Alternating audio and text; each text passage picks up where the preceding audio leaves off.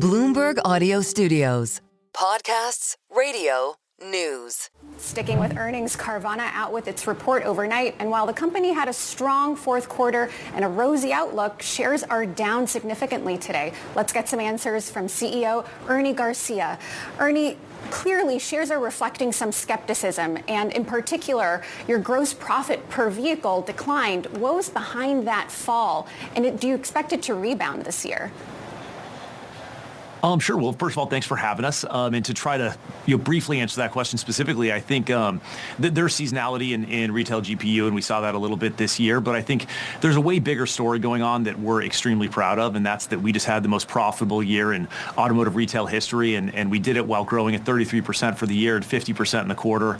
And we did it with just 1% market share. So I think the big story here is we've still got a huge opportunity. We still have a ton of work to do. The team's done a great job. We're extremely excited. Day to day, the market's going to do what the market does, and our job is to just keep marching.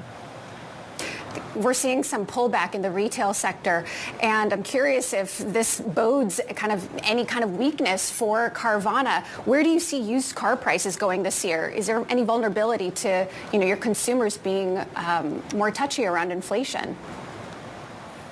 Yeah, I think the way that we try to think about things is a little bigger picture than that. Again, I think the history of companies that are the most profitable in their industry and are growing the fastest is a pretty thin history. And when you look back on those companies, generally the next 10 plus years, 10, 20 years are pretty great years. I think we're focused on that timeline. I think month to month, quarter to quarter, year to year, there's going to be inflation stories, there will be tariff stories, there will be EV stories, but we don't talk about those specific storylines about great companies when we look back in time. And I think our goal is to be a great company. And so we're going to stay focused on our customers and just keep moving down the path. And we think that's going to take us to a great spot, as it has over the last couple of years on average. Ernie, I completely hear you on the market's going to do what the market's going to do. It's off by 16% though today, and that is a big fall. I know that you've run up more than 300% in the previous year, so credit where credit's due. But we need to get into some of those issues that the investor base is seeing. And I really want to ask about perhaps some of the gains that you saw in the sales of loans. Perhaps people saying, look, that padded your EBITDA. Is that something that will continue to pad EBITDA, or is it something that's a one-off?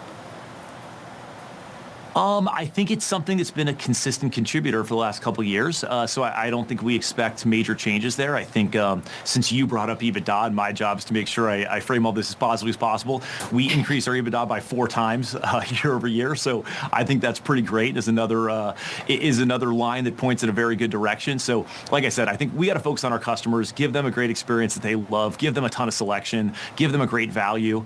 If we do that, the rest will take care of itself. I think your job is to give things not just a positive ring, but a truthful ring. And I'm sure that's what you're trying to do. But let's talk about, therefore, the tariff effect. You're a positive guy, Ernie, and we love it. But talk to us about some of the positive impacts, or indeed negative impacts, of tariffs. What does that mean for the second-hand market? What does it mean for autos more broadly if it's going to be tougher to get foreign cars in?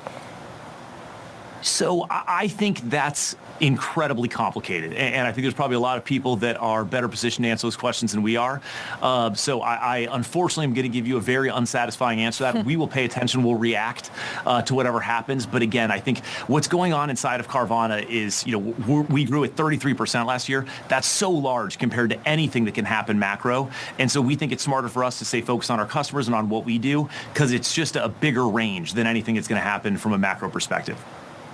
Ernie, you said your guidance is based on the environment remaining stable, but there's a lot of external factors that also come into play.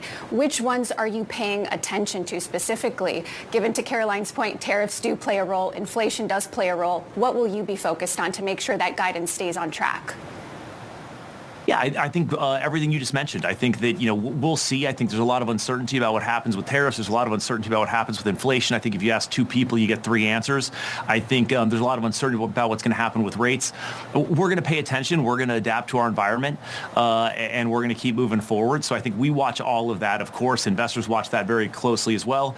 But we think that our job is mostly to look at our business, to put together a bunch of projects that we're very confident will create value for our customers over a long period of time, and to march through those projects one at a time, because on average, the macro environment is the average. And if you spend a ton of energy chasing your tail on that, it's energy that could be put somewhere else that creates long-term value. So we try to stay long-term focused.